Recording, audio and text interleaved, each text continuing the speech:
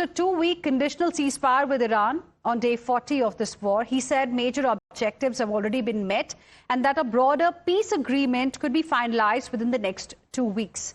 Trump also confirmed that Iran had submitted a 10-point proposal, calling it a workable basis for negotiations, while both sides paused attacks to push for a final deal.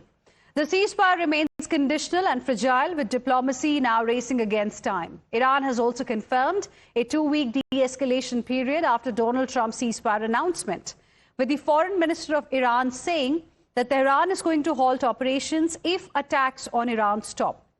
No provocation, no retaliation. He added that the safe passage through the Strait of Hormuz will be allowed during this period after coordination with Iran's armed forces. Our managing editor, Zaka Jacobs, spoke exclusively with the biggest voice of Iran in India, Abdul Majid Hakeem Ilahi, representative of Iran's supreme leader. Listen in to what he told us. All right, I'm joined by a very special guest. For the very first time, we're getting the top Iranian voice on Indian television. Hakeem Ilahi is the representative of the Supreme Leader here in India. Thank you very much, Mr. Ilahi, for speaking with us here on Times Now. I want to first ask you, as a political representative here in India, as an Iranian citizen, what are your thoughts after almost 40 days of this brutal and devastating war? Finally, we have a ceasefire. What are your thoughts as to how this was brought about? And the question that is on everybody's mind, will it last?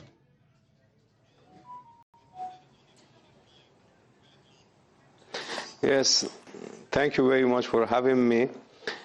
I want to congratulate all nations, especially Free Nation and our brothers and sisters in India, for supporting us and offering their condolences, their solidarity and their sympathy with Iran.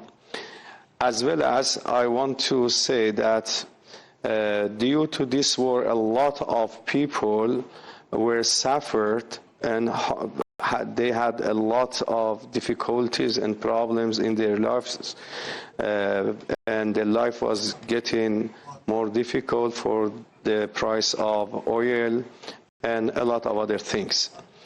Finally, we got this ceasefire, and after 41 days, 2 days exactly is the 40 days of martyrdom of our Supreme Leader, Ayatollah Al-Uzma Sayyid Ali Khamenei.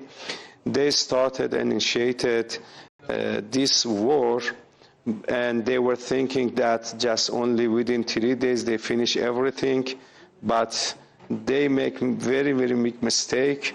And now we realize, but not us, but all people in the world, they understand that who should be changed and how they were defeated and how they got the lesson from this big mistake.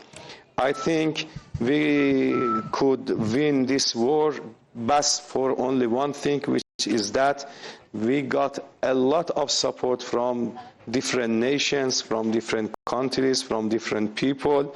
And because we were with the justice, we were on the side of freedom, humanity, and morality. And everything was discovered from the aggressors and from the people of Jeffrey Epstein Island.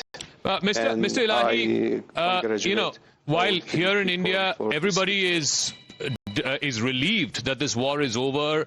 Everybody, you know, there's a great sense of relief that this great difficulty that Iran was going through, and certainly as a consequence, all other countries, including India, were going through, is finally coming to an end, or has come to an end. There's a 2-week ceasefire now. The concern here in India is around the opening of the Strait of Hormuz. Iran has said that it's a temporary 2-week safe passage for ships, and that Iran will start charging a toll of $2 million per ship. How can you speak to those concerns? How will you address those concerns, including here in India, that this will again lead to a spike in the price of oil, this will lead to inflation, and Iran will now start establishing some kind of a toll system for all ships that pass through the Strait of Hormuz?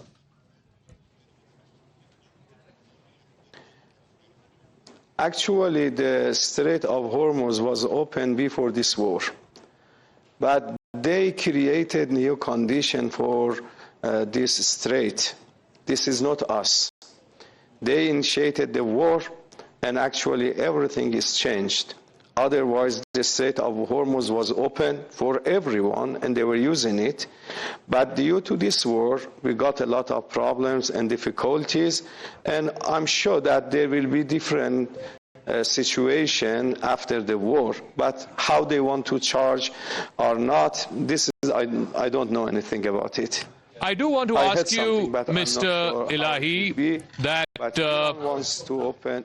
The yes. tweet that was put out, the Truth Social that was put out yesterday in the evening by US President Donald Trump, saying that an entire civilization will be destroyed, etc. Do you think that is what got the world to rally around and finally, find an end to this war, at least find a temporary pause to this war?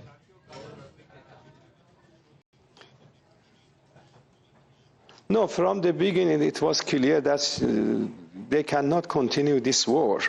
They got big problem. They make big mistake in their life, and due to the mistakes, every day they were getting more difficulty.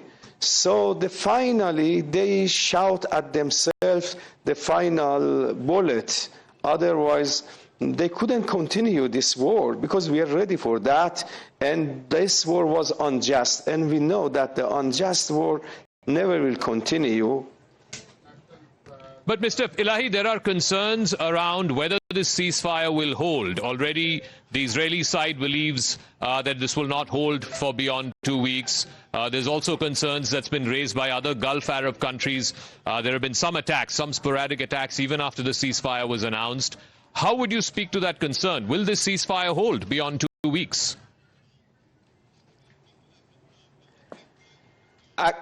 Yes. Iran is ready to continue the ceasefire and to bring the peace in the region, especially in the Persian Gulf and in the Strait of Hormuz. We want peace, we want security for that place, but this is up to them. If they want to create again war against Iran as they made it before twice, so we are ready for that.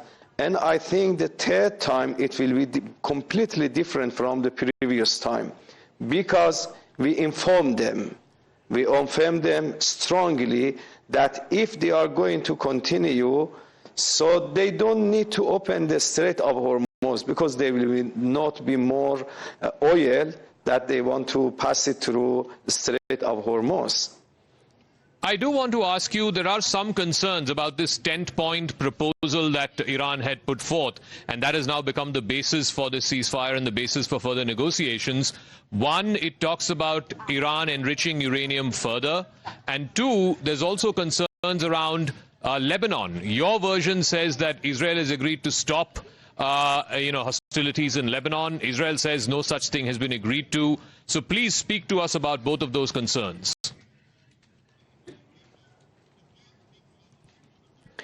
Yes, from the beginning, we announced clearly that we are not going to have nuclear weapons.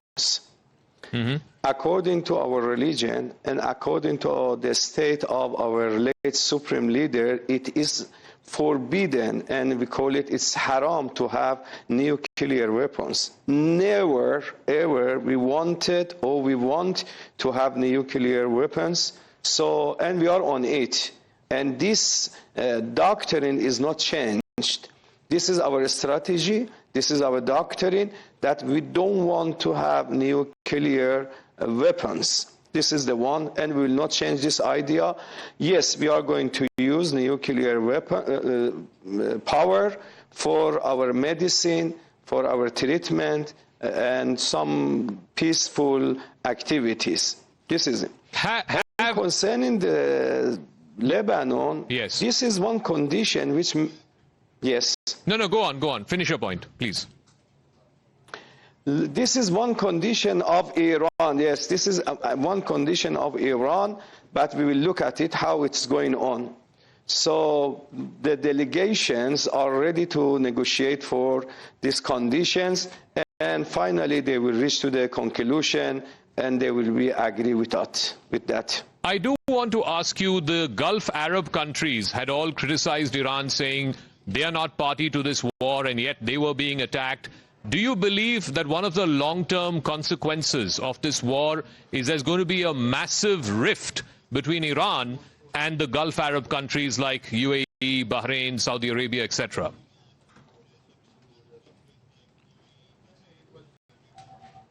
I think our neighbors understood that the security will not come from out of this region, and security should be provided by the countries in this region.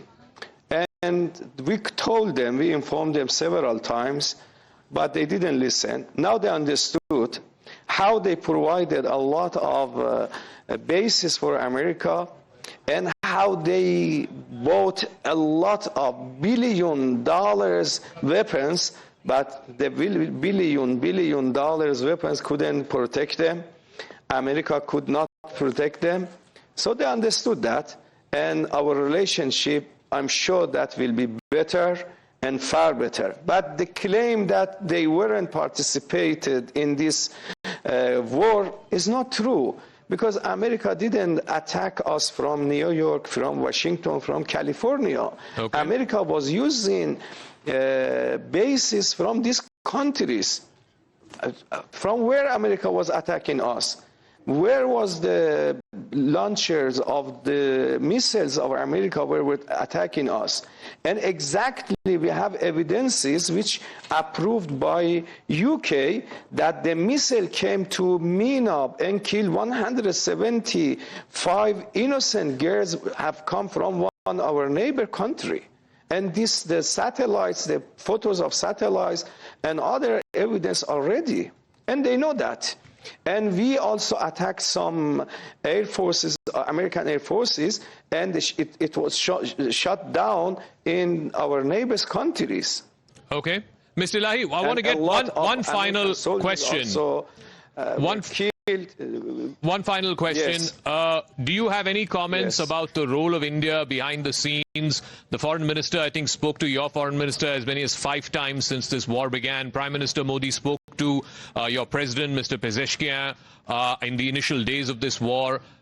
What do you have to say about India's role behind the scenes in trying to help find some kind of a solution or a temporary halt to this war?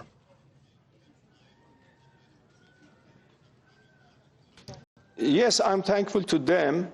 They had a very good and successful conversation with our president. I mean, the Prime Minister has very good and successful conversation with our president, as well as the Minister of Foreign Affairs of India also had several times. He has spoke with our Minister of Foreign Affairs, and it was a very good conversation. And I would like to say that, please, they have to continue this conversation, and they have to play a big role to keep the peace in the region, and they can do. Okay. Mr. Hakeem Ilahi, thank you very much. The representative of the Iranian Supreme Leader here in India. Thank you for speaking to Times Now.